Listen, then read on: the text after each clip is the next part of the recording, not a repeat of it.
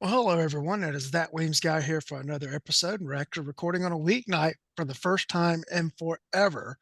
But that's what we're doing. It's Tuesday, June the 18th at about 10 to 8 Eastern Time. And I don't know exactly when I'll drop this one, but I'll get it out pretty quick. Joining us tonight is one Mr. David Cagle making his return. Hello. And David is home from his world adventures. Yes, I guess I haven't been back on the show since I am domestic again. There you go. Have you finally gone back to work? I have. Yep, I've been back at work for a while now. Things are going well. I guess quick updates since the last time I was on the show. Uh, so I actually tried out for our multi-jurisdictional local SWAT team and made it. So Tanner and I are now on the same tactical team together. That's really the only difference work-wise since the last time I was on the show. Okay. So your key card still worked and everything? No, it didn't. I had to get a new one. Had they changed like report writing programs and all that stuff while you were gone? So I thought I would get back and there would be like a week of like, hey, shadow this dude and do whatever. Because I was gone for a year and a half. Yeah. And I showed back up and they basically tossed me some keys and were like, all right, buddy, glad you're back. Have at it. So we had gone to like a completely new information management system and like radio logs and all of this stuff that I was like, I felt like old. I felt like Daryl trying to work social media. So You saying you're old is actually probably maybe the most funny thing that's ever been said on the show. I'm getting up there now. I'm almost 30. So You're not almost 30. I'm not almost 30. You're right. Yeah, you're close. You're as close to 20 as you are to 30. No, it's the other way. I'm 26 now. So I am. Okay. All right. Okay. Well, now David is a city police and he hasn't learned yet to respect his elders. So he needs to learn to respect his betters. So we've invited an actual Oklahoma deputy sheriff on tonight. So Tanner, this is your first visit to the show. So introduce yourself. So my name's Tanner Smith. First of all, I'm a Christian, a husband, a father. I've been with the sheriff's office for about 10 years now. Five of that, a little over five, has been on the patrol division. And like David said, we are part of the multi-jurisdictional SWAT team. On the instructor side of things, I am a staff instructor with hardwired tactical shooting. I've also got instructor certs with Range Master, CSAT, FLETC, uh, Tactical Anatomy, TAPRAC Tactical, my agency, and then the state of Oklahoma. And then I actually just got done becoming a CLEAT Triple Crown, which CLEAT is like post or TCOL for other states, which certifies me on the state level to teach firearms, pursuit driving, and defensive tactics. We're going to get into that in depth here shortly. What instructor certifications do you have from FLETC? Tactical medicine. That is a great class. Yes, it That is was really good. I always tell people that is one of the probably top five best classes I have ever taken was their 3 day technical instructor class off of the recommendation of the legendary lawman, Marshal Chuck Haggard. That class is fantastic. If you get a chance to do the use of force instructor at one of the FLETC facilities, do that. Yeah, that's one I'd really like to go to. Yeah, our team leader or one of the team leaders on SWAT with us is a FLETC use of force instructor, and said just like you've always talked about that that's one of the best classes he's ever done. A 2 week use of force immersion lab with paid actors as the role players and like mock villages set up and everything. It's just fantastic. And it's not a give me. There's multiple fail out points in that class. You have a written test in the first week. You have a practical exam in the second week in which a FLETC lawyer follows you around as you're performing as a student, and they debrief you on your uses of force, and then they follow you around as an instructor and critique you on your debriefs of students and their use of force. Then you have an oral interview board So it's not just sit there and recognize the correct answer on a test. It's you got to sit there and answer questions, and then you have to make a presentation. It's you will know your use of force stuff when you come out of it. It is fantastic. Fail Is out. that's a week long, isn't it? It's 2 weeks. 2. Yeah. I'll hit you up offline. If you don't have the web page where you can get in to apply for all that, I'll give on that. I know they do it for y'all. It may be quicker to go to Artesia than to come to Glencoe. Yeah, Artesia is the closest for us, but I'm glad that. Sorry, I had a pop up. I'm glad you mentioned fail out points because that ties in pretty solidly to the Triple Crown discussion we're about to have because that is a key. All right, we lost you there for a second. Audio was. Oh, am I back? Yeah, you're back. Oh, sorry. I was just saying that I'm glad you mentioned there being fail out points in the FLETC class because I think fail out points are super important. And that is a very important piece of what makes the Triple Crown cool. So ties well to the discussion we're about to have. So Tanner, please explain to everyone what the Triple Crown is and what it takes to achieve it. So the Triple Crown is I think there's less than 100 people in Oklahoma law enforcement history that have ever gotten it. It's the instructor certification for firearms, defensive tactics, and pursuit driving. The firearms portion is after your apprenticeship. It's about 200 hours. Same thing with defensive tactics, and then the driving it's about 80, I think. Yeah, all of them put together is somewhere because they have a week-long just basic instructor development course that you have to go to learn how to teach.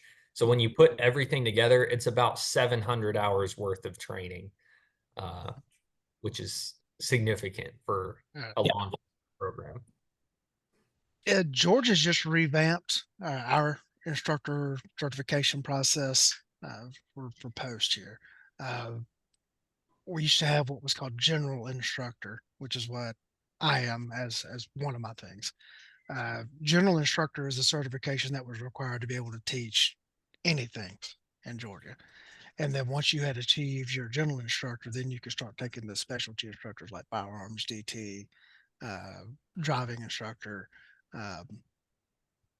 field sobriety, all the other little specialty things that you add on. And then we had levels that were called senior and master, which didn't allow you to teach anything different than a general did.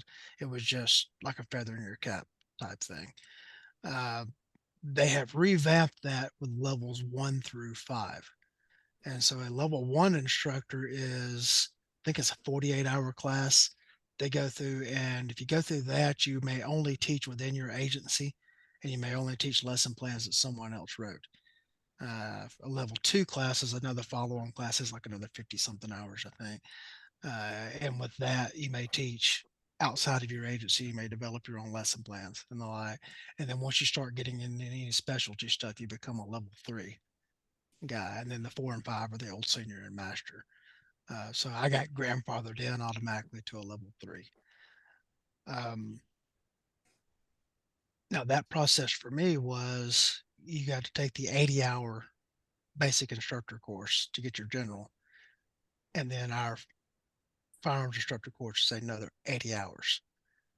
And then defensive tactics instructor, I think, is 80-hour, driving is 80-hour, and the like. And so kind of a rough comparison, although our firearms instructor is not near as long as y'all's. What were you saying? So the firearms portion specifically. Yeah. So it's 6 weeks for just the regular firearms instructor certification, but they started that like so long ago that patrol rifles weren't really because all of the cleat instructor schools are statutorily based. Like it is a state statute, you will do them this way. So they actually had to add in a week-long patrol rifle add-on, which is actually what I'm doing this week. So it's 7 weeks total. So it's about, once you go through the whole thing, it's about 280 hours. Do you do that all 6 weeks at one chunk, or is it like over a time period? It's over a time period. Okay. What's that process like? So phase one, you have to do a PPC match 5. You have to shoot a 480 to qualify to go to phase two, which I think phase one's only it's just a day, and then phase two is three days, I believe, if I remember correctly, and Yep. you have to shoot a 540 on the same PPC match 5, which is a 90%. And then once you do the 540, which is that's the big gatekeeper that people can run guns fast and up close, but when you start shooting at 50 yards with your offhand, that changes things. So after you get through that, you go to phase 3, 4, and 5, and that's all go fast, shotguns, rifles, combat shooting. Okay. Yeah, and then phase 6 is your apprenticeship. But for guys who, because I know a lot of people outside of Oklahoma, like here, if you're a cop and you just reference like, the PPC or the match 5, like everyone knows what that is because of the state firearms instructor school.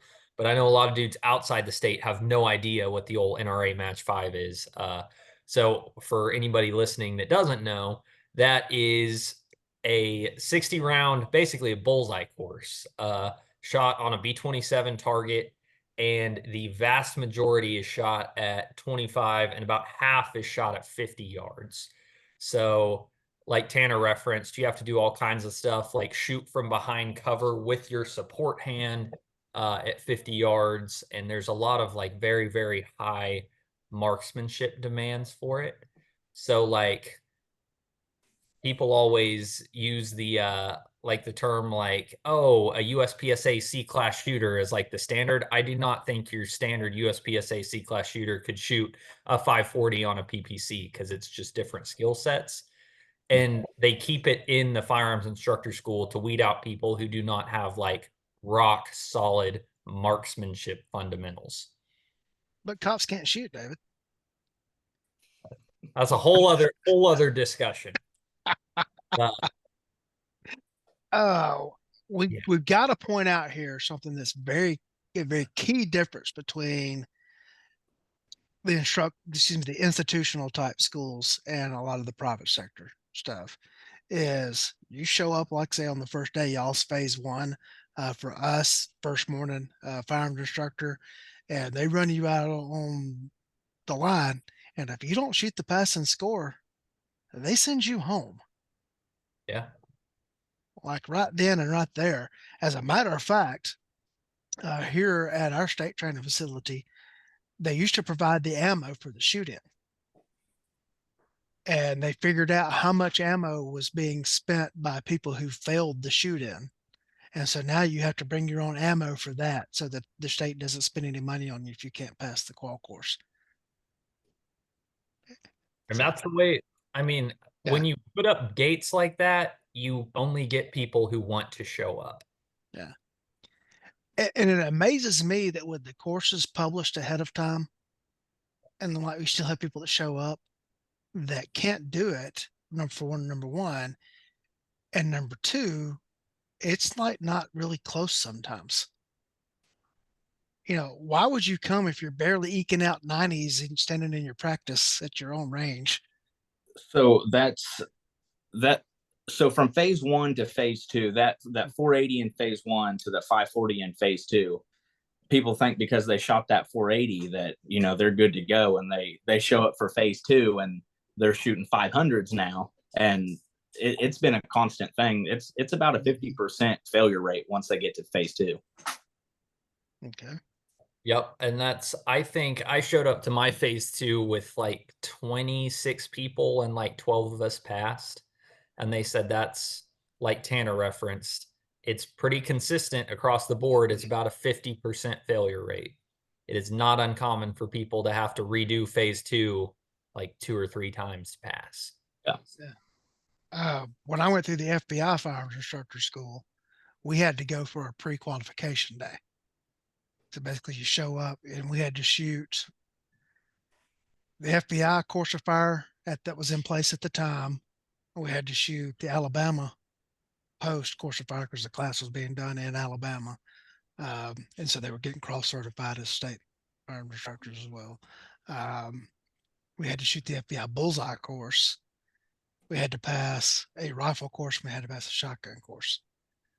And if you didn't pass all of those, you didn't get to come back for the actual 2-week class. 18 shot the day that I went, and only 12 of us made it past that first day. It sounds so, yeah, that's a significant difference than you show up for your 2-day weekend class, and if you're check cleared, you get a certificate. It is. And before we talk about anything else, I have to add, so I think after I went through phase 2, I either posted on the Hardwired page or on my personal Instagram or something about shooting the PPC. And I immediately had a flood of people that like tried to turn it into like the next, like, range Pokemon, like challenge card thing. And I had a bunch of people like sending me pictures of like, oh, hey, I went out and shot that course of fire and all this. And the dudes meant well. I'm super glad that people saw that and wanted to go try it. But it's like people would send me like the B-27 with an orange center, which if it's not the straight black, it would automatically get you disqualified. Everyone shot it with a dot, which no dots. Like the dude who runs the program would literally like have an aneurysm if a dude tried to shoot the PPC with a dot in a phase 2. So I just was laughing because I thought it was funny. Everyone immediately was trying to do it. And I'm like, I probably should have clarified the rule set a little more. Like it is extremely strict because all of the firearms instructors in the state, like it is very much a rite of passage to shoot the PPC in phase 2. And yeah, you have to use a stock gun. It's iron sights and no work triggers, nothing like that. It is, you can use revolvers or semi-autos, but it has to be a stock gun. All right. Now, Tanner, you did it with a Glock, right? I did it with a Glock 34. Yeah. All right. So you didn't have to try to buy skill, like go out there with a staccato or something like that. No, I didn't cheat like old Dave here. So I would like to go ahead and put forth, I didn't use this staccato because it has a dot and a compensator, and neither of those things are allowed. I used a regular run-of-the-mill, iron-sighted, no magwell, no red dot, no compensator, no anything. I was basically Jeff Cooper out there. A run-of-the-mill staccato. No, Jeff was shooting a 45. If you say you need an all-steel gun and a compensator to tame the recoil of the mighty 9mm cartridge, I will have you know, this is a polymer grip module. This is not an all-steel gun. But I would say, because I think that's an interesting thing to bring up, though. In my phase 2, there were 4 dudes who had staccatos, and 3 of them failed because I legitimately think some of those guys showed up thinking, oh, I have this fancy gun. I don't need to practice. And it was horrible. Like dudes shooting like low 400s with a staccato in phase 2. So, yeah, the dot allows people to do a lot of things with bullseye that they would otherwise not be capable of. And if you take that away, for instance, at 25 yards, a 140 wide front sight, which will be standard on most duty guns, is covering 5 inches of target. That's the bullseye on a B8, which is just 5.5. Whereas a 3.5 MOA dot is covering 0.86 inches at 25 yards. And I don't know what the math is for 50. Yeah, well, and especially I use the PPC as a benchmark for all kinds of data collection just because it's so widespread in Oklahoma. I'm pretty solid shooting PPC with duty guns and that kind of stuff. And I'll put up generally with iron sights about a 565 is probably my average score. The first time I ever shot a PPC with a dot, I shot a 588. So I jumped like 20 points above my average just from changing nothing but having a dot on basically the same gun. Yeah. And when you're doing one with an out of the box gun versus, I've got my special doodad trigger in it. and like I've set it up just the way I wanted versus, all right, kid, here's the one out of the armory. Go do good things. It is different. Well, sorry for derailing the conversation there with my love for staccato, but I'll get us back on track here, Eric Gelhaus style. And so, Tanner, I think it's super important to talk about all of the different, since we're talking about the failure points and things that people fail out on during firearms instructor. Like we should talk about all of the other things because that's just phase 2. Phase 3, 4, and 5 all have their own requirements. So talk about like the Dozier drill and some of that stuff that they have in there. So you've got to do a Dozier drill with a shotgun, five pepper poppers at 15 yards in 3.5 seconds. When you go, they try to lie to you and tell you that you got to do it in 2.5, and it freaks everyone out. But a lot of people fail that, which it isn't super hard if you understand how to work a gauge. If. If. But yeah, that's one of them in phase 3, I believe that is. You've got to do some revolver stuff in phase 4 or 5. People fail out of that just because they don't understand revolvers. Yeah, the revolver thing is interesting because if you can shoot phase 2, so the PPC phase, you can shoot it with revolver. And a lot of people kind of game it and will shoot the PPC with like not a PPC revolver, but like a solid K-frame shooting very light loaded wad cutters. There's not like minor and major power factor for these things. So people shoot mouse fart loads to pass phase 2 sometimes. But if you pass phase 2 with a revolver, you don't have to do the revolver qual later because they added this in that for people coming through shooting autos, if you shoot an auto in phase 2, then when you're in one of the other phases, you actually have to shoot the regular cleat qualification course for handgun with a revolver to demonstrate that you as an instructor can use one, which I think is interesting. Kind of parallels what Tom did with the original master classes. Tanner, do you have a comment? No. Okay. That brings up an interesting point. Are there any agencies that are still issuing revolvers in Oklahoma that you're aware of? No, I don't think so. I've talked to the guy at Cleat that runs the firearms program, and his big thing and why he wants to keep all that in there is because people in their backup guns. And if you ever, private sector stuff, people show up with, all kinds of stuff. So just knowing your stuff and how to run it and how to teach it. Yeah. I've seen cops that go through, even cops that have been through our firearms instructor programs here that have never cleared a revolver, then they run into one in the field. It's like, what do you do? How do you check to see if this thing's empty? They have to go find an old guy that knows what they're doing. I had to show them. Okay. Nobody in Georgia I'm aware of is issuing revolvers anymore. In 2021, we finally went to a non-revolver neutral qual course. But as late as that. So our qual course is still set up to be run with a revolver. So it's revolver neutral. So you're not at a disadvantage shooting it with a revolver. But the last time I checked, so Oklahoma City PD, which is the biggest agency in the state, they have like 1,200 officers, or they did before all this craziness. They had, I think, 5 guys left who were grandfathered in to carry revolvers as their primary duty gun. So it's like NYPD, there was that article about like how many Model 10s are left on the street. Oklahoma City's, but there's still people not issuing revolvers, but there are people who authorize them.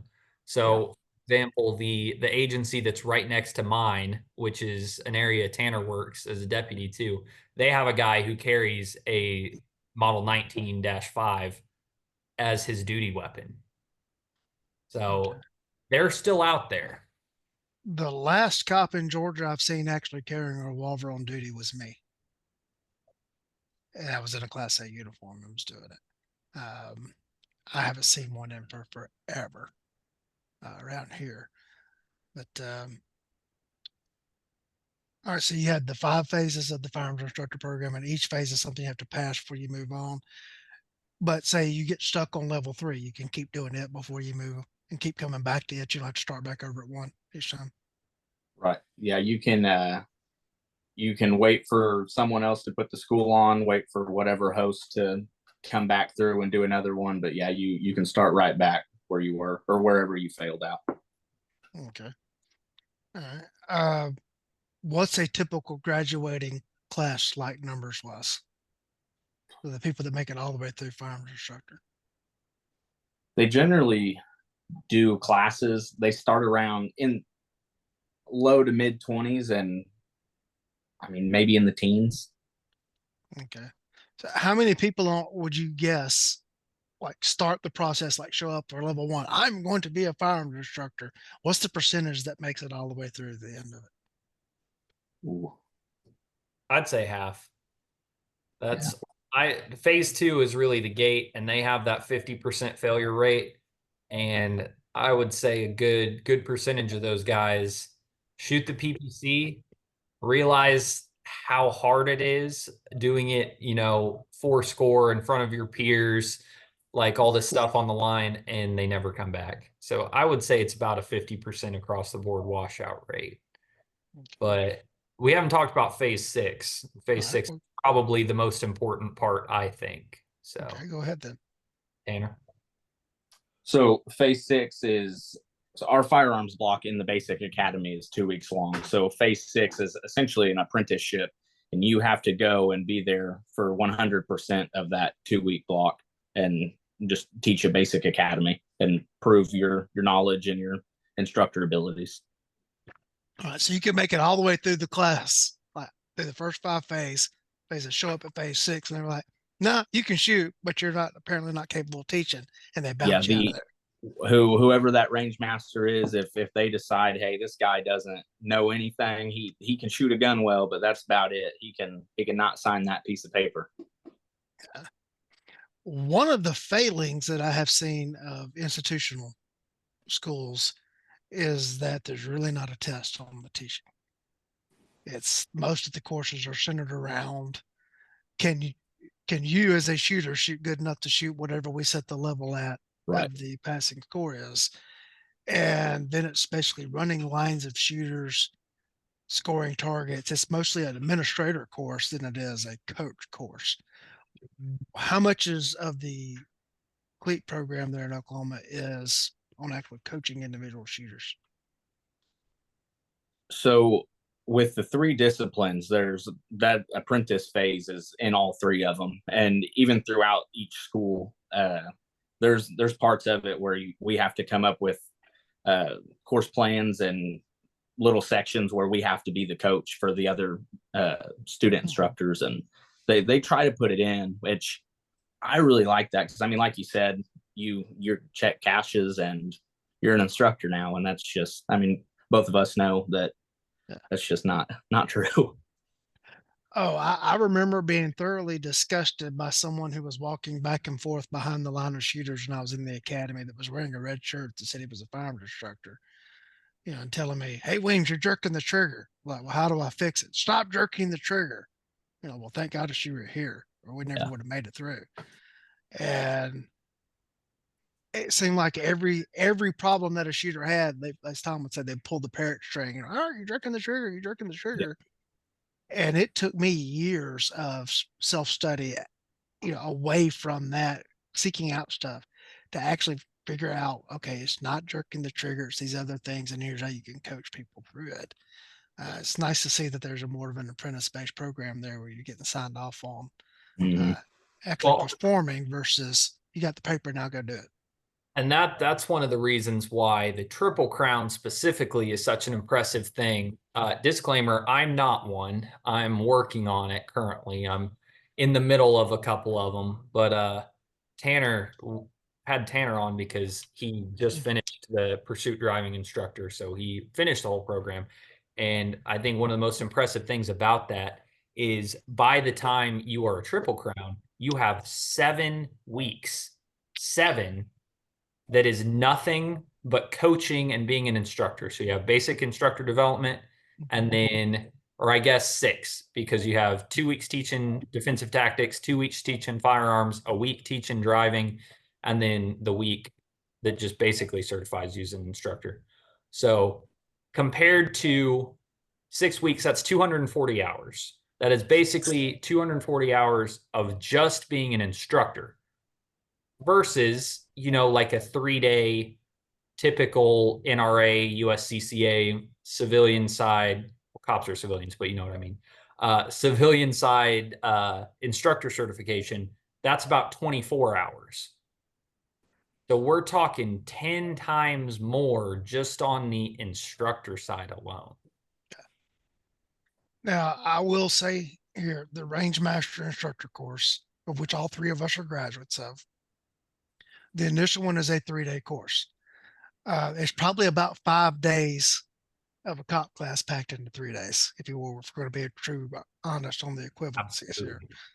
But Tom Givens is very adamant that that 3-day course is not the end; that's the beginning. And Dave, we were talking earlier. Explain the whole. It's done that way because he knows he can't get private sector citizens for 5 days. Yeah. So if you show up, I would be shocked if anyone's listening to this that is not familiar with Tom Givens and the Range Master program. But if you're not, there is a basic level, an advanced level, the master level. Then there's an additional shotgun. And then he's actually got more now, even past that. And if you put all of that together, it's about the same length as what we've been talking about. And Tom says when you go to the basic class, which is a 3-day, 24-hour class, he says, really, I would want you here for X amount of time, but I know that people who don't do this for a living can't afford to do that. Most people just can't make that happen. And so he says the basic and the advanced class put together are really one 40-hour class. And so when you break it down like that, it starts to make a lot more sense. I added it up one time. I've got over 100 hours training with Tom as a student, all of which in the instructor program. And so, I mean, this thing is literally hundreds of hours long if you do the full thing, but he breaks it down not dissimilarly to how Cleat does into little phases. So it's manageable for your average people who, teach firearms on the side or whatever. But there's a lot of commonality. So we're not saying that this dedication to going through these long programs conflicts with our serious support of the Range Master program and stuff, because it's the same thing. Well, the one difference would be for like a cleat or the institutional side is you do have to finish all of it up front before they give you the certificate that says instructor, whereas you get it incrementally along in Range Master. But that is to say too, is that Range Master is a completely different animal itself from, say, NRA basic pistol. Oh yeah. And from what I have never taken a USCCA course, but I've seen some of the material. I've seen some of the people that come out of them and claim the title of instructor. Folks, I don't mean to offend you and upset you, but I'm going to speak plainly. They aren't the same thing. They're just not. And this is coming from 3 guys here who have been through the private sector stuff as well as the institutional stuff. Yeah, absolutely. And people make a lot of false equivalencies with this stuff. It's not even geared towards the same thing. Right. So there's a lot of people out there who hang their hat off of being an NRA basic pistol instructor. The NRA pistol instructor certification certifies you to teach the NRA basics of pistol shooting class. That's all it is. And the NRA basics of pistol shooting class is taking someone with zero knowledge and trying to bring them up to a level that they are safe to own firearms. Like, that's the entire thing. Versus when you talk about like the Cleat firearms instructor certification, the entire purpose of that is to teach cops how to fight with a gun to not die. So they have very different purposes. Yeah. And there is absolutely a place for classes like NRA basic pistol. Oh yeah. More people do that than need anything. Well, I guess the point that at least I'm making, I don't want to speak for the other two guys, is that 2-day class, no matter who you took it from, is just not the equivalent of people that have been through weeks upon weeks upon weeks upon weeks of training and study. And I know everybody loves to be the instant expert. I took one class on a thing, and now I'm the knowledgeable thing. And I've talked about it here on the show before. I love to get on YouTube and start just searching for other topic areas. And my favorite ones are the homestead videos, where this cute couple from some big city goes into the country, buys an acre in a suburb, and raises chickens in the back, and they're producing videos on how to raise chickens and all that kind of stuff like that. Okay, have you cut them alive with coyotes are actually trying to think of kill them and everything else a lot? Okay, when you've been doing that and you're actually making a living from it, maybe it's time to start talking. But there are just different levels of things out there. But tell us about the DT program. Is it, there's a big move here in Georgia moving towards BJJ stuff. What is it like out there? Yeah, so it's very much geared towards Brazilian Jiu-Jitsu. It obviously covers striking, but a lot of it's grappling, gun retention, and weapon retention, baton stuff. That school, it sucks. It is 4 weeks on the mat, 9-10 hour days, and there is no downtime. It's no BS. It's a tough school to get through.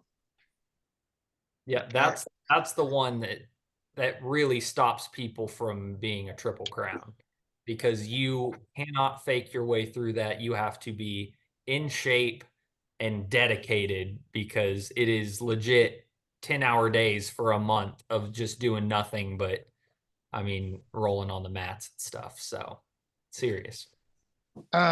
Is there any kind of in test phase for that?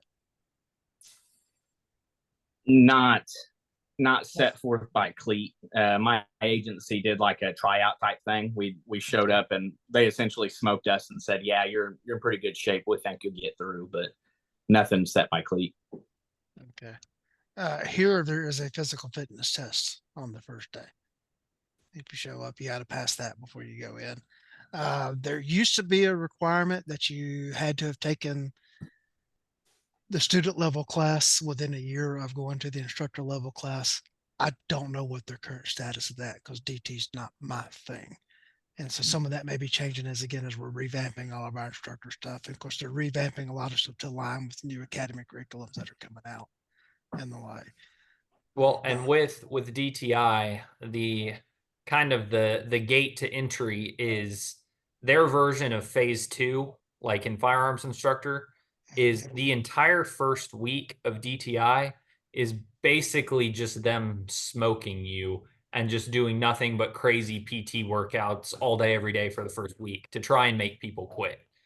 Like, you almost have to earn the right to be in the next weeks of the class, because they try and make people quit. So that's kind of the gate. Okay. Interesting thing here. One of our larger agencies just took batons away from all of their people, because they said in the last 3 years, no one had used a baton. And so their cadets have to have a baton to get through the academy. And then when they get done, they go turn them in. And like, what's common out there? Or ASP, the primarily, or expandable batons, because I know ASP is the name brand. Yeah. Usually people carry the expandables. A lot of agencies still allow fixed batons, hickory, whatever type of wood, but my agency allows those, but you don't see that hardly ever. I think in my 10 years, I've seen one guy carry that on the street. But yeah, usually everyone is the collapsible. Yeah, I just did an entire podcast with Warren Wilson. I don't know when he's going to drop it for American Cop, but we did an entire podcast episode just on why the baton is losing favor and going away. So if you're interested in that topic, hopefully that'll be out by then. Go listen to Warren. Cool. I'll listen to that. I will confess that I have never in the field deployed an expandable baton to actually use it in a defensive tactics situation. I've used it to dig stuff out from under things, fish things out of the way, use it to Yeah. open doors and open windows and the like, but I've never actually an expandable baton in the field. Had to use it. I have used a straight 36 Hickory baton in the field. I've never seen anybody deploy an ASP personally for anything other than breaking a window. So Yeah. I have a good friend who used one and bent it in the fight, and it didn't incapacitate the guy. I know of another. There was one here about 20 years ago where they hit a guy so hard they left indentations in his body and still had to shoot him. I don't recall any such stories like that with the old wooden hickory sticks and stuff, but I wasn't around for a lot of that, so I don't know. I haven't researched it. Yeah, that's go ahead. Sorry. No, go ahead, sir. So in the defensive tactics instructor school, that's one of the big talking points. If you choose to carry one of the collapsible or expandable batons and you actually use it and use it correctly, it breaks and it's essentially useless. I don't have my 36-inch hickory anymore, but I do have a 24-inch polycarbonate stick, and I kind of like it.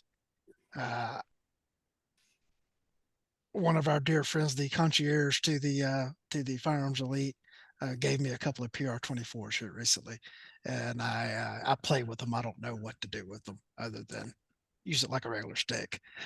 But I broke them out on baton day so the academy cadets could see them, and I'm like, "What on earth is that?"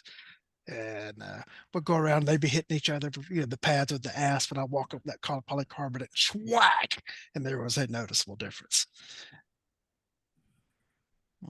Uh, any use of saps and blackjacks out there? No.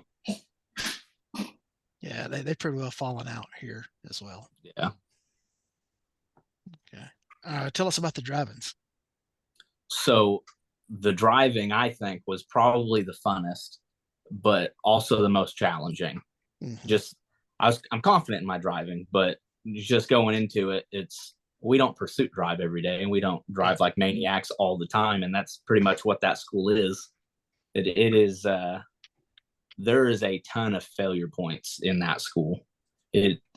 So one of the big things that knocks people out of that school is what we call the challenge course. And you've got to get 3 clean laps through. It's just a big course set up with cones, but if you hit a single cone in those 3 laps, you're done.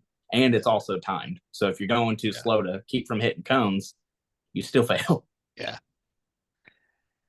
We have something similar to that here. I am currently beginning my process to work towards driving instructor in Georgia. I will confess that I went through the academy 25 years ago, this year from January to March, and I passed EVOC back then, Emergency Vehicle Operations course, which consists of 3 test phases here in Georgia. Now, it's still the same 3 events, but they've changed the events as the cars have changed. For instance, David, I went through before we had these things called anti-lock brakes. You had to do this thing called threshold braking. Yep, they still teach it. So out of fleet, they have a thing called the dirt track, which they basically take old Crown Vics and drive them around in the dirt to show you how it was in the old days like that. So I made it through. Ours as a cone course. This is for like the basic academy. You have to pass a cone course. You have to pass a skids course, which is a Teflon coated, basically gigantic parking lot with water being sprayed across it to make it really slick. And the instructor has a button where they can lock your brakes up. And you have to drive through a cone course and they start hitting the brakes. You have to steer out all those skids. You get so many passes and you have to successfully steer out of so many skids. I made it through both of those, got down to my very last attempt on the braking exercise, and the instructors got down on their hands and knees to see if I had gotten into the box or not. And I passed by the hair of my chinny chin chin on that. I had not been on the instructor course on the EVOC course for 25 years. And I got to play around with a cadet class here recently on it, and they were like, "Hey, we're going to send you to driver instructor." I'm like, "I really think I need to take a student level class." "No, no, you'll be fine." I was not fine, and so now they're letting me go back through the student level classes, and so that's kind of fun to learn another discipline. For those Yeah. of you that are attending the Range Master Instructor reunion in November, you will hear some about that, how I'm going to equate some things there from a program that David Cagle and I just finished academically. But Tanner, you had something you were going to throw in? So the driving instructor course, it's also got a pursuit course and then emergency response, which Mhm. is you're chasing someone. They've got a car set up and they're running from you, which also incorporates pieces of that challenge course and steering boxes and threshold braking, evasive braking, and hitting your apexes and everything correctly. Which again, you get 3 attempts at that, and if you hit a cone or come in under time, you go home. I just I really respect those schools because of the amount of failure points that there is throughout them. It keeps good instructors around instead of people that just show up and pass. Yeah, to get into our driver instructor course, you have to show up and pass all three of the. You have to pass a cone course, a skids course, or a brake course. The cone course is different than the one that cadets drive, and then it's a 2-week course, and there's a test point every other day. At which point in time you could be sent home, and so it's pretty intense. Now you mentioned the pursuit and the chasing people.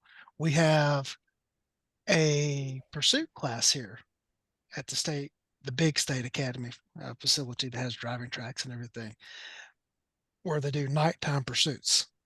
And I heard a funny story just today where they're doing these nighttime pursuits and they had set like plastic deer out on the track to simulate, you're driving and there's a deer and you have to steer around it and everything. And all of a sudden, live deer ran out on the track in the middle of the night that had gotten in the facility. Yeah, And I'm like, okay, so okay, which deer are we not supposed that's to hit funny. again? Yeah, that actually happened to me. It was during the first night drive. We hit this big long apex, and they called out, "Hey, just be careful. There's deer out here." And sure enough, as soon as they said it, a deer shot and slammed on the brakes, and we ran sirens for a good while after that just to run them off. But yeah, it definitely tested us. Yeah. I was at the state facility back this spring, and they had a cadet in a car crack up on the skid things, and it got a little nice. But it's not unusual to see cars like flying off the track when you're down there as a student. You look up and you see a car go flying across the place. A buddy of mine from Indiana sent me a picture from their cadet driving class when the car was on fire. Like, yeah, I don't believe they're going to be able to save that one. Yeah, I think being a driving instructor is probably the most dangerous out of all of them. Jumping Yeah. in a car with guys who are actually green and really teaching them how to drive quickly. Where do they get the cars for the courses? So most of the time, go ahead, Dave. at Cleat, they have an entire fleet of Dodge Chargers that everyone drives regardless of what you use. It varies because obviously, like at some of the tech schools that now have academies set up and things like that, a lot of those you have to use like an agency supplied vehicle. Like I know Tanner, when he just went through LEDT, he had to use his agency's vehicle. So it depends on where you are. Because you can, if your agency won't let you use your own car, you can just go to Cleat and they'll let you use one of their chargers. Yeah. Here, they're old trooper cars. And so the troopers drive them. The number used to be 135,000 miles. I don't know if that is still currently the mileage threshold. So a trooper would get issued the car, drive it for 135,000 miles. Then they would take that car and transfer it to the training center. And it was one of the high speed trainers. And then as the car degraded over time, it would move like from there to the braking, from there to the cones. And, its final things it went through was either a skid car or a pit car. And then when they finally auctioned those things off, the taxpayers have gotten their goodie out of those things. It was like people will say, "Hey, how could I buy one of those old cars?" And it's like, dude, you don't want one of those. Every ounce of usability in that car has been wrung out of it by the time it comes through. What we're seeing now is with the advent of SUVs replacing sedans. Now, like the GBI drive Tahoes, and so they're rotating in a bunch of old GBI SUVs into some of the driving classes, and developing some high center of gravity driving courses. Well, that's actually an important thing to point out is, so Tanner, you did all of LEDT instructor in a Tahoe, right? Yeah. That is very different. It's very different. That course is set up for the Crown Vics and the Chargers, and they did not adjust anything. It's when you run it in a Charger, it's pretty generous, but when you're running it in a Tahoe with Charger times, it's pretty difficult. Yeah, especially when they set the widths up based on the Chargers. Yeah. One of the reasons pretty tight through those. Yeah, one of the reasons some of the things like the concourses changed as I went through is back, in 1999, the Crown Vic was the king, and now the State Patrol drives Chargers instead of Crown Vics, and so that's the cars they're getting. So they changed the concourses and stuff to drive the smaller cars because it was getting to not be a challenge for people.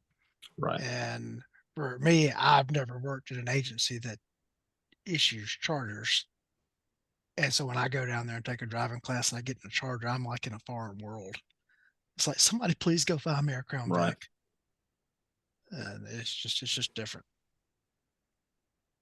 Now I will say those Chargers are cat quick, and there's a lot of power to them, and they handle. But man, those things are maintenance nightmares, which is why I never bought them. Absolutely. Yeah, my last patrol vehicle was a 2014 all-wheel drive Charger, and that thing would move and it stuck to the road. And going into that Tahoe is like, it's like I'm not moving. A lot of the agencies here are going to the little Ford Explorer. They call them an Interceptor, but it's on an Explorer package, and those seem to be holding up really well for agencies. And why spend the money on a sedan when the same money gets you that? Yeah. So in Oklahoma, we're seeing a lot of Durangos coming out, which is essentially just a Charger with an SUV on top of the frame. And I mean, they move, and you've got the room of an SUV, so it's a lot more comfortable. But those things are nice, and everyone I've talked to that's got one, they really like it. I can see that from the room standpoint, but I will say that one of the advantages of stuff like the Tahoes and the old Expeditions and the like is they were built on actual truck chassis, and the longevity of those vehicles far exceeded anything built on a sedan chassis. We actually did a study where we didn't, people look at the upfront cost of a vehicle. Well, this one cost you 26,000 and that one cost you 35,000. So the 26,000 one is cheaper. Well, when you actually look at the maintenance cost and the operations cost over the life of a vehicle, we actually proved that pickup trucks and SUVs were cheaper to buy and operate over the life of a vehicle than it was to buy and operate a sedan over the same lifetime. And so I was really big on those and tried to buy those as much as I could, because I learned that from a chief that I worked for. And I will say too that I was in a wreck in a patrol vehicle, and I'm glad that I was in an SUV. Had I walked away, had I been in a sedan, I don't think that I would have been killed. I don't think I'd have just gotten out of the car and walked around, because I took a T-bone right into the driver's side door. Thankfully, speed was probably around 30, 35. But the SUV, I was driving forward and then I was driving sideways. And I looked around. Oh, there's a Pontiac Sunfire stuck in the side of my car. I had to climb out over the radio and go out the passenger side door, but I was able to do it. I was glad I was not in a Chevy Lumina, which we had in patrol at the same time. I don't think I'd have been able to get out. Yeah, I was actually involved with in a collision. We were chasing a stolen vehicle, and when the dude saw us and realized that we were about to jump out on him, he took off all gas and he did a little 180 out into the road. So we were nose to nose, and when he realized I was about to roll into him, so he couldn't drive off, he just punched the gas and we went head to head. And I think if I wasn't in that Tahoe, it probably would have been a lot worse because it hit my push bars, and I mean it folded my hood and everything and my quarter panels. But I mean, kept chasing them after that. And I mean, I really like the Tahoes. I think they're good cars. Overall, patrol vehicles, I think they're a lot better than the Chargers. Oh yeah. I like being up and being able to see into things, especially like I'm driving through a parking lot. It's easier to look and see what's going on around as versus when you're sitting at that lower level of the car. Cars are more nimble, more quick, but I wasn't a go chase people down kind of guy. I was, I like to catch other things other than go do all that. Are y'all doing pit as part of your driving instructor? So it's an option, but we didn't have the cars to do it. So we got extra school. Yeah, if you go to the Highway Patrol's LEDT instructor, they absolutely will, because they are set up out there. They have a facility out in Burns Flat that they are the masters of doing the pit. We call it the TVI, the Tactical Vehicle Intervention here in Oklahoma. We have a weird name for everything. Like, we don't call the LVNR the LVNR. Like, we have all our own names, but it's a pit. And so there's only a couple of places that's actually set up to do the pit instructor portion of the class. So you don't always get that. All right. Well, Tanner, now is time for the most important question of the night.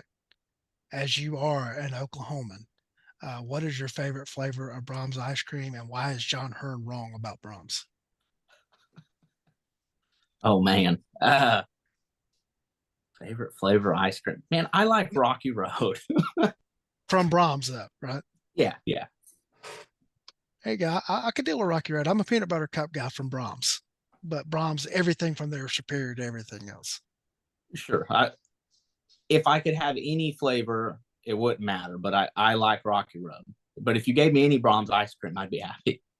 Right. John Hearn doesn't like Brahms, and that's just one of the reasons. Just add on to the list of things he's wrong about. David, I know you have some commentary on that. For those of you watching this on video,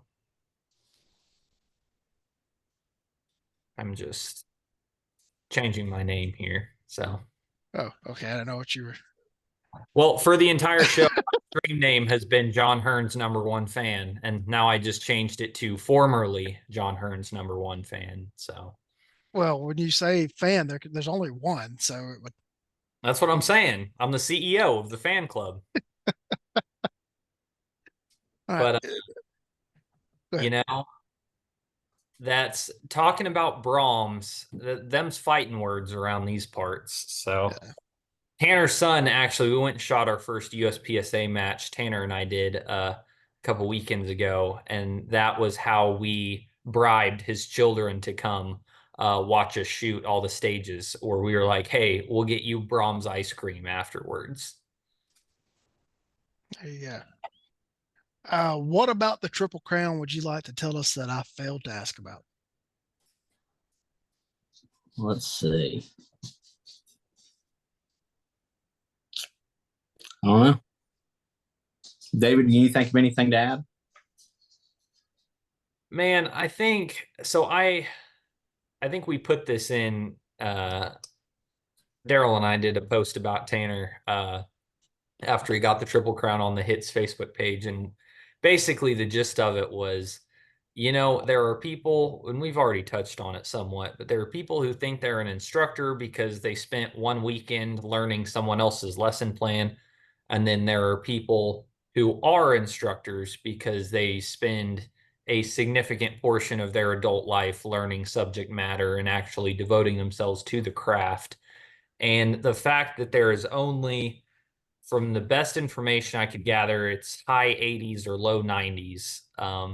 So less than 100 people who have ever done it in the history of Oklahoma law enforcement. And that is a very, very high number of people who've been cops in the state since this program was started. So it really speaks to professionalism, and Tanner's too humble to talk about it, so I'll do it for him.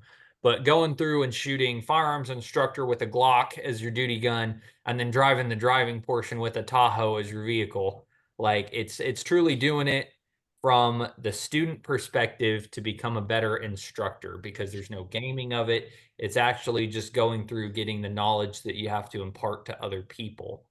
So the Triple Crown, in my opinion, is just a path to being a true professional when it comes to the instructor side. Because there's a lot of people out there who poo-poo it and say, well, if you're a Triple Crown, that just means you're a mediocre instructor in 3 areas instead of being really good in 1 area.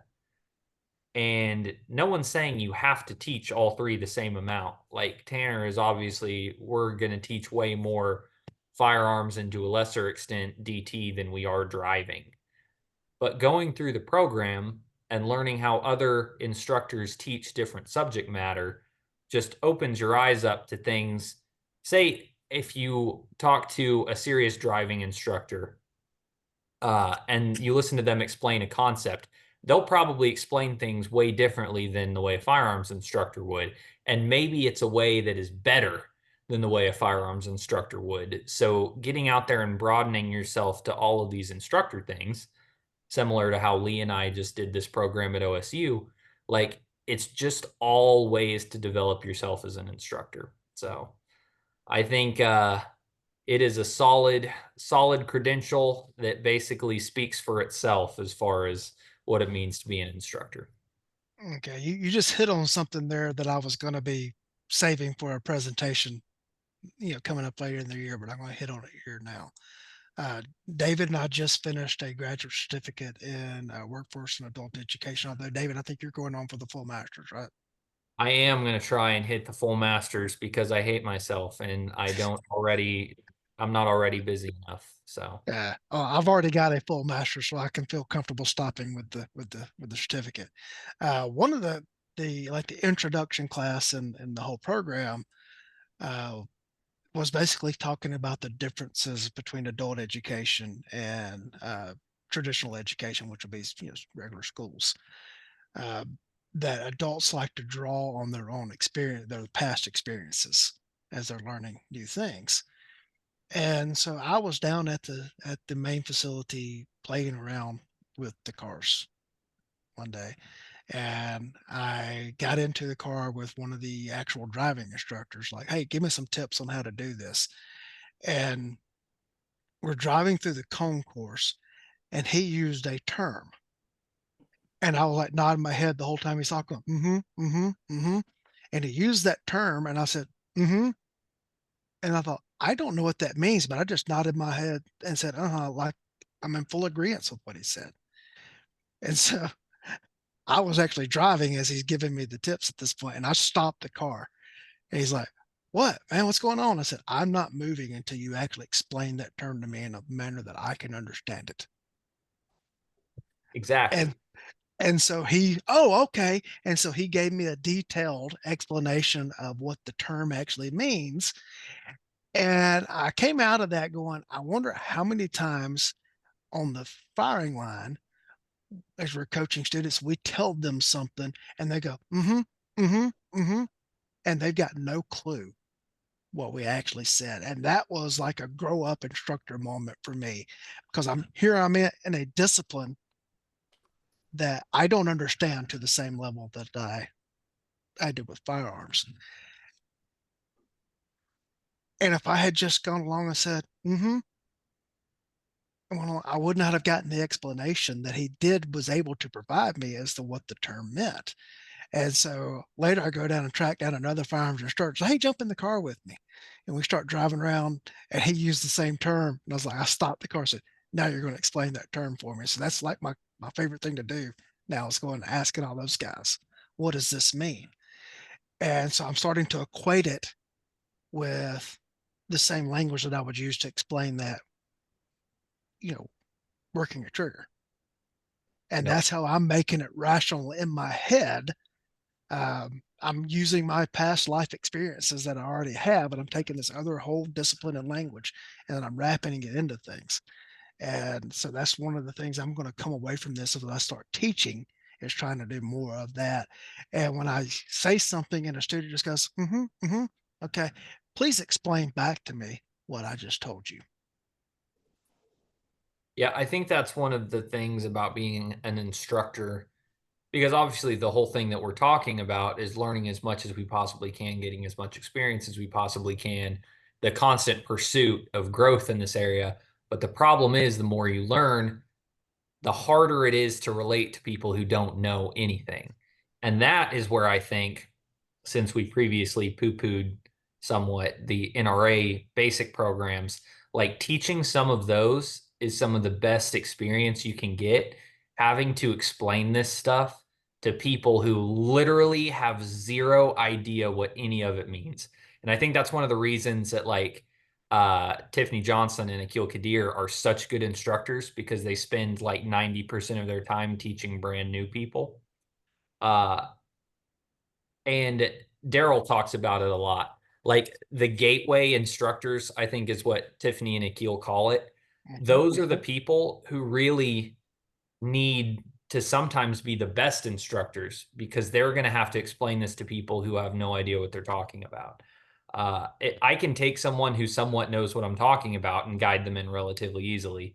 But if you take someone who has no idea what you're talking about, you better have your instructor skills in check there. So I think all of it's important. And yeah, that's just something I was thinking about with all of this. You have to keep that in mind, that the more you learn, the more you have to still relate that back to your student base. I think as an instructor, it's important to realize that we are mixed with people who are they do what we do. So we can say things in a way that we know what we're talking about because we're around these guys all the time. But you get a newer student or someone with a different background, and we put it one way and they just have no idea what we're talking about. And so I think as an instructor, it's important to learn to convey that information accurately in multiple different ways or avenues to get your students to understand what you're trying to tell them or to teach them. All right. So Tanner, I'm going to ask you a couple of questions here. Okay. What did you pick up from going through like DT and driver instructors schools that you were able to bring to teaching firearms? And then what were you able to take from firearms and apply that to the other disciplines as you teach them? I haven't thought about that a whole lot, actually.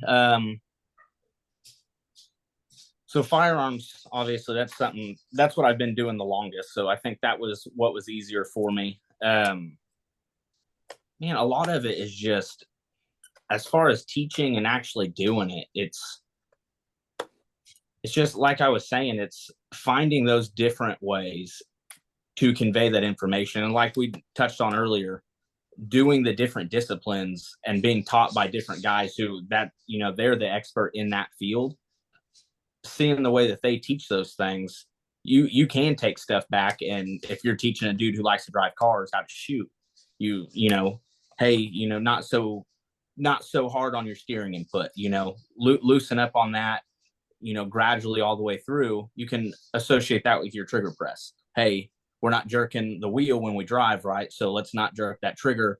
It's nice, smooth press all the way to the rear.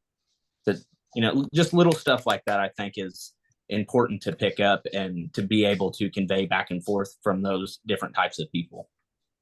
Okay. When you said steering input, I was about to make you define steering input, but then you tied it back into the work of the trigger. So I'm going to give you the driving instructor test. Explain to me what feathering of the gas pedal means. Oh, that's a good one. So when you're going through like an apex or a nice curve, finding that correct line to take through that curve, when those wheels start chirping, you want to flex the fourth and feather your gas all the way through. So on and off the gas to keep traction on your wheels to the road. Okay. Um, Would you have resumed driving the car if he told you that? I would probably ask some other questions because see, he did it in a different context. I asked the question during the cone courses, not out on like a course doing apex Oh, curves, gotcha. apex curves. So that will be, I will start throwing that on the people when I start going through the classes doing the apex curves. Because like I was driving through the cone course and the instructor sitting in the seat next to me goes, feather the gas. I'm like, uh-huh. Stop the car. Well, what do you exactly mean by that? And his was okay as you're going because there's like some really tight turns in here in like a 360. He's like, all right, so when you're hitting in that 360 going into that and you start feeling the back end, if you feel it starting to slide, just let off of the gas a little bit. All right. But you can also hit the gas a little bit, go back down on the pedal to like catch the car and pull it around the curve and make it, and I'm doing a poor job of explaining it, but hey, I'm not a driving instructor. I'm not expected to do so. Um, it made sense in the context and the way he was describing it. And so the context that I started putting again into my head would be the quickly, carefully, and precisely from Range Master, where Tom's whole thing about when we're adjusting our cadence to the target that's available. It's like, okay, I'm adjusting my gas pedal to what I'm feeling in the back end of the car, basically. And if I need the car to do something, I get down on the gas. If I need it to stop doing something, I come off the gas. But you never really breaking contact with the gas pedal. You're just kind of depressing and releasing as needed to make the car move in and out about it. And to me, when I think about it in that sense, it makes sense to me. Um, you two are the successors of HITS, hardwired tactical shooting. So get into that a little bit for me.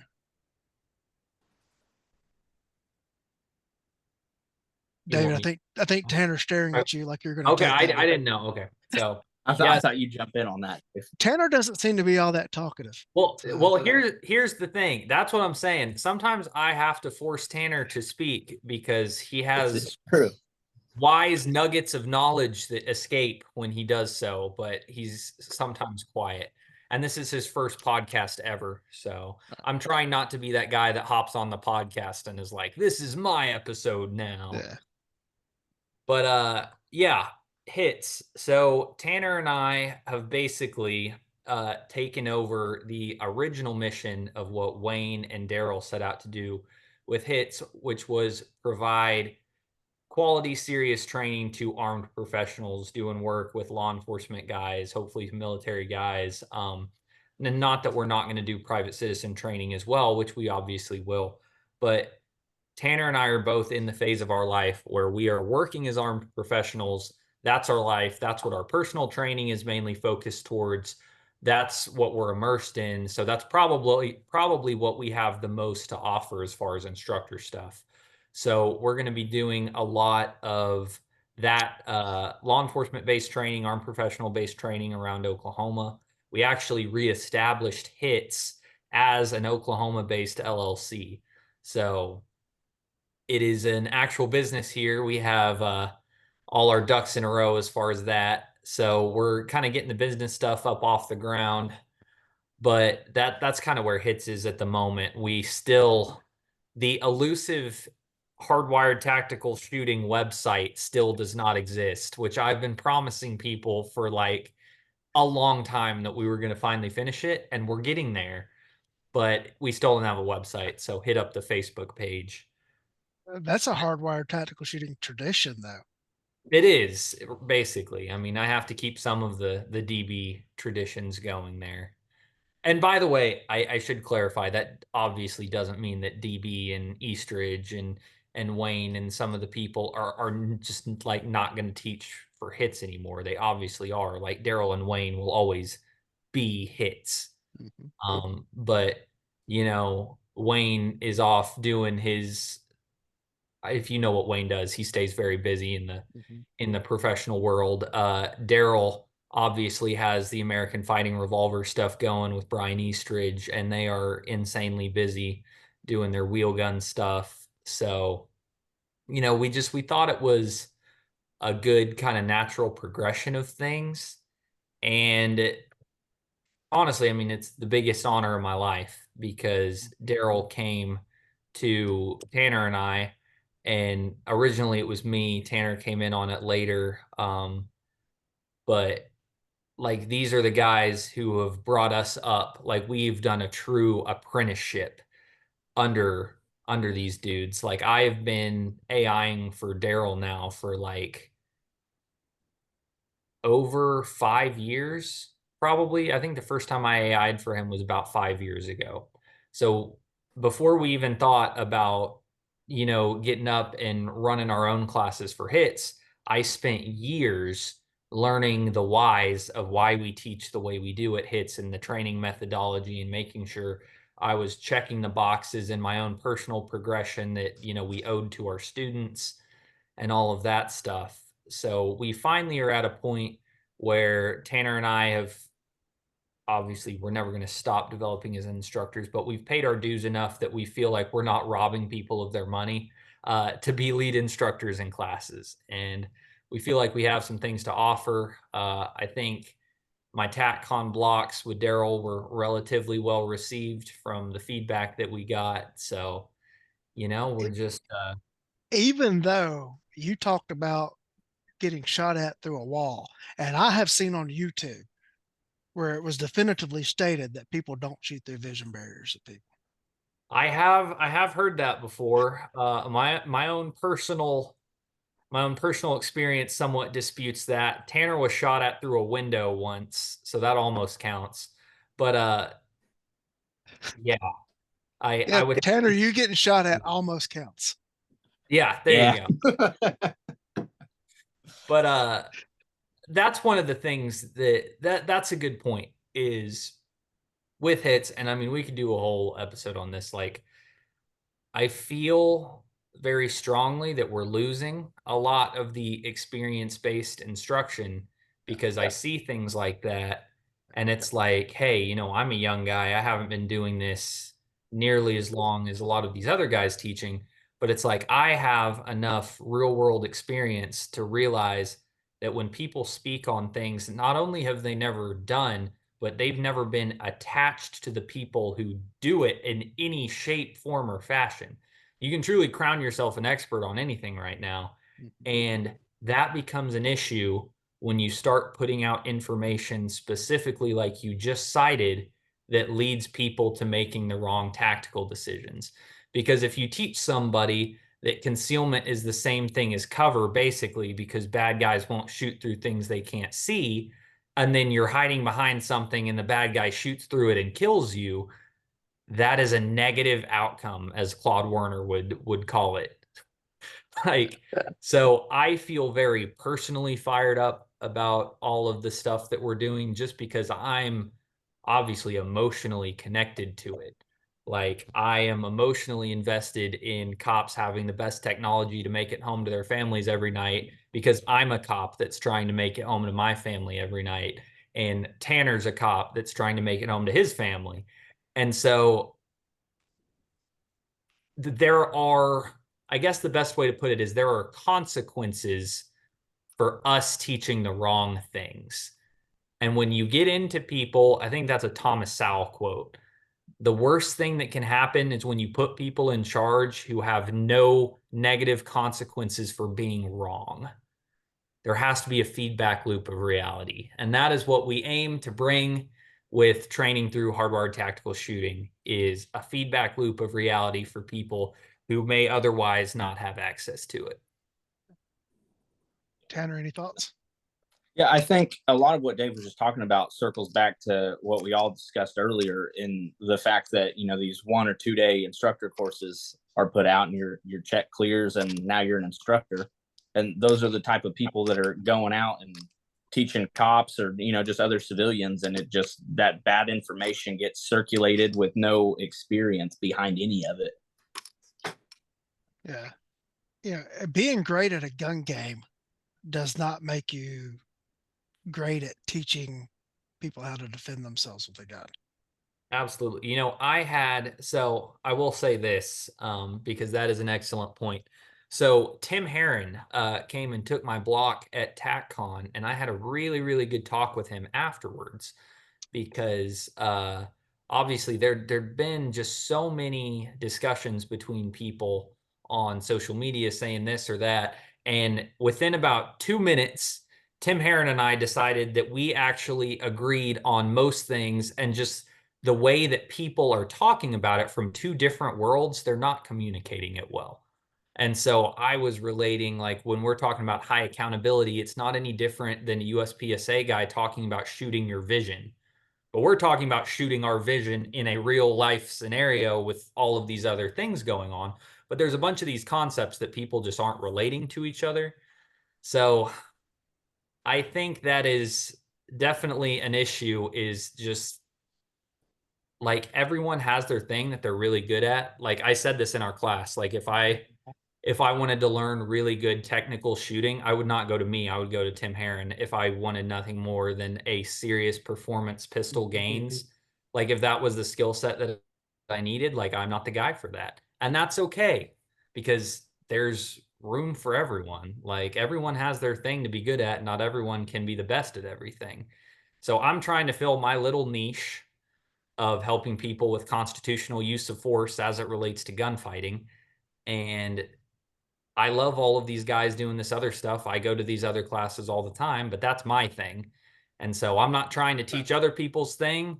And I don't like when people try and teach my thing with zero business doing so. So Yeah, there was a running back that played in the NFL years and years and years ago, named Ernest Biner. And there was a joke about him that said if you needed a yard, he'd get you 3. If you needed 9 yards, he'd get you 3. yeah, And I kind of say, if you want to get to be a B class shooter, I can get you to be a B class shooter. If you want to get to be a grandmaster shooter, I can get you to be a B class shooter. yeah, And there's nothing in the world wrong with learning the technical skill. It's great. I watch some of these grandmasters stuff shoot. I'm just amazed at what they are capable of doing with the gun. But that doesn't necessarily translate over to the other world, right. because Like, there's no consequences to it. well, right. And it simply boils down to like, what is the priority in your training? Like you could have a dude teaching all of these cops how to get whatever your arbitrary number is, getting their splits down, getting their build roll times down, getting all of this stuff down, when these are dudes who don't understand the basics of how to apply those skills in the wild. It doesn't do them any good. And so I'm not against that stuff. I'm just for putting that in the correct context. So I'm very much not anti competition and all that. Tanner and I just shot a USPSA match like 2 weeks ago, and I identified a bunch of stuff from it that I want to work on in my personal pistol shooting. But it didn't change a lot about how I view like my use of force policies. You know what I'm saying? Right. Yeah. Oh, I saw massive improvements in my personal skill when I started playing the match game for a little while. But then I reached a point where I was starting to see diminishing results, and I switched gears. Uh, Yeah. but there's absolutely nothing wrong with going out there and doing that stuff. You just have to keep it separate from the other aspects. Yeah, And people keep acting as if it's the same thing. Like, there's those people out there that are like, every officer involved shooting is justified. And then there's other people who are like, no officer involved shooting is justified. And I'm like, there has to be like, maybe some of them are, some of them aren't. It's the same way with the competition arguments. It's like, yeah, hey, there are people who are like, no, every single thing about it will make you better at self-defense. And I'm like, maybe there are obviously things that will, and obviously things that don't apply as much. Yeah. I don't know why that's controversial to say, but Right. it is. It's funny. We had a group of 3 citizens come to the sheriff's office one time back during all the riots of 2020 and the like, and they came to talk to us about the sheriff's office and use of force and everything. It was like, well, I'll tell you what, uh, I'll put on a use of force class for you, the same one that we give the deputies, and then we'll put you in a bunch of simulations Yes. and scenarios and let you run through. Now, understand these guys did not get a course in traffic law. They had not been taught how to make traffic stops and that kind of thing. And but it was funny. It's like one of the guys is making, and we're doing a simulated traffic stop, and he walks up and he asks for the driver's license, and the driver wouldn't give it to him, and the citizen pulls his gun on the guy. And I'm like, Yeah. stop, stop, stop, stop, stop. You be going to prison right now. And he's like, really? And so there was all these things that people they thought were the norm that really and truly just they had no frame of reference for it. Right. And until you've done some of the things that you do in the cop world, or you've been encountered by some of the things that private citizens end up facing, there's a difference between theory and practice. And a lot of times all this theory doesn't hold up. And I know Tanner will have something to input on this because we talk about it constantly. But it's like there is nothing more humbling than being a new cop and realizing how bad you are at being a cop when you're like brand new.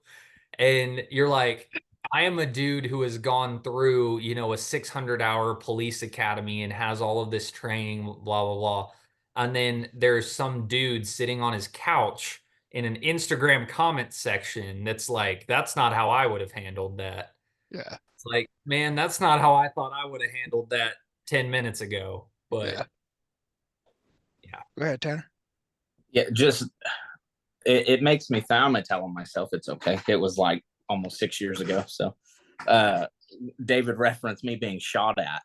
And so during that time, I get shot at, all that happens. We end up making entry, and Lieutenant says, "Hey, come over here." And I'm like, "All right, cool." And I go over there with my rifle, and I've got it slung, and I'm standing there, and they're taking this guy into custody. And we leave the call, and he calls me a few hours later, and he was like, "What was that?" I'm like, "What are you talking about? You told me to come here, and here I came."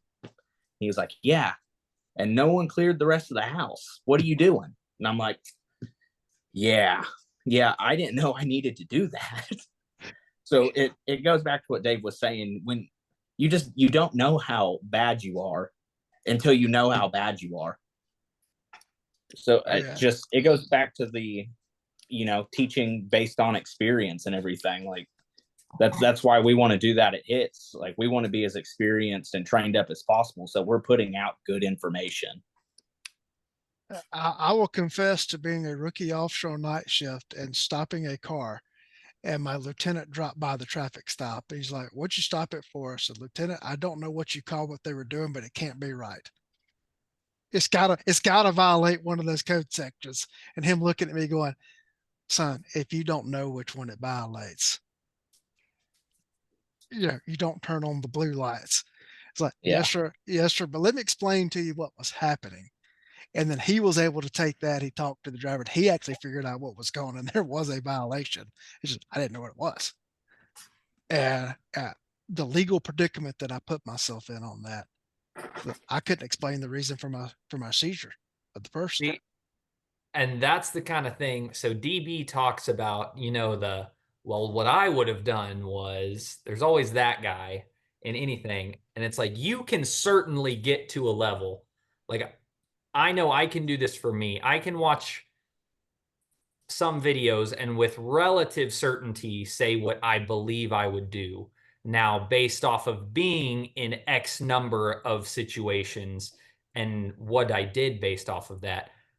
But I can only do that because the first, X number of times it actually happened, I did not do what I thought I was going to do. It takes Uh, reps doing this stuff in real life to get to where it's normal and you can handle it, and you can't replicate that. Like, you watch people freak out in their first force on force evolution.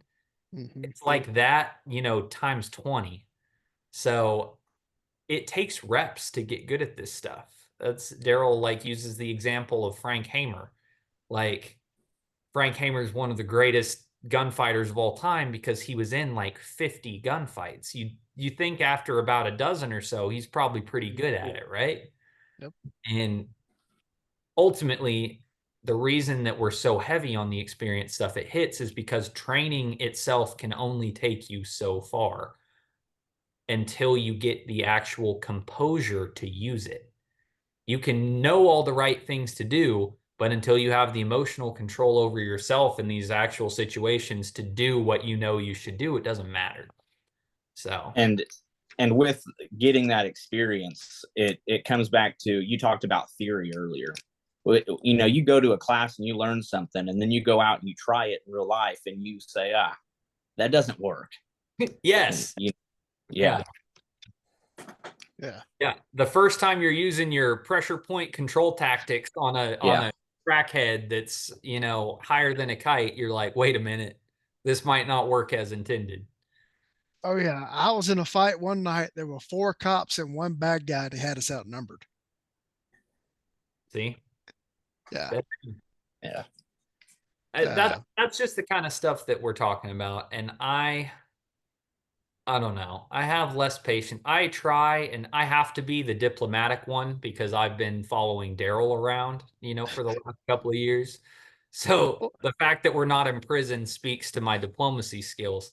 But I try and keep it pretty level-headed with everyone. But at some point, you can't have conversations with people who don't even speak your language. So people talking about all of this use of force stuff, and well, they should have done this training and they should have done that. And it's like, even if you're right, you're still wrong because you don't know why you're right, Oh, my favorite are the drive-by comments on social media. They should have de-escalated that. Yeah. Well, the other party gets a vote, and it's not like we have a de-escalation on our belt. We can just toss in there, and the guy has to be de-escalated. Yeah. Yeah, we tried that with all the talking leading up to whatever use of force it was. Yep. All right. We've been going quite some time.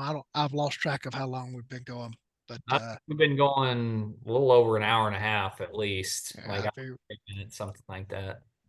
all right. Tanner, any final thoughts that you would like to share and what you got coming up that would be of interest to the audience? I've got a range master instructor coming up. Other than that should be a good time. That will be besides shotgun, that will be my last range master certification to achieve. But other than that, I just thank you for having me on the show. Yeah, and there actually is one beyond master now. So professional pistol craft instructor, I think is what he's calling it. Yeah. And there might be even one beyond that. Because I know he's added a couple of other things recently. But as far as hit stuff goes, like I said, our website's a bit of a mess right now, but we'll announce everything on Facebook. That's basically the best way you can keep up with what Tanner and I are up to as far as teaching stuff. We're going to be teaching a lot more together. So big things coming in the near future, which, like I said, will definitely include private citizen stuff because, I'm engaged. Tanner has a wife. We very much care about private citizens having quality training as well, because that's who escorts our families around. So, well, since you just let that cat out of the bag. Oh, I guess I should say that. So I was publicly shamed last time I was on that Weems guy show by Lee telling me that my life was unbalanced and I needed to find things other than training, which I did successfully. And I'm now getting married here in a couple of weeks. So, that fast. Yeah, life comes at you fast. So, things are happening. Go ahead. It's funny.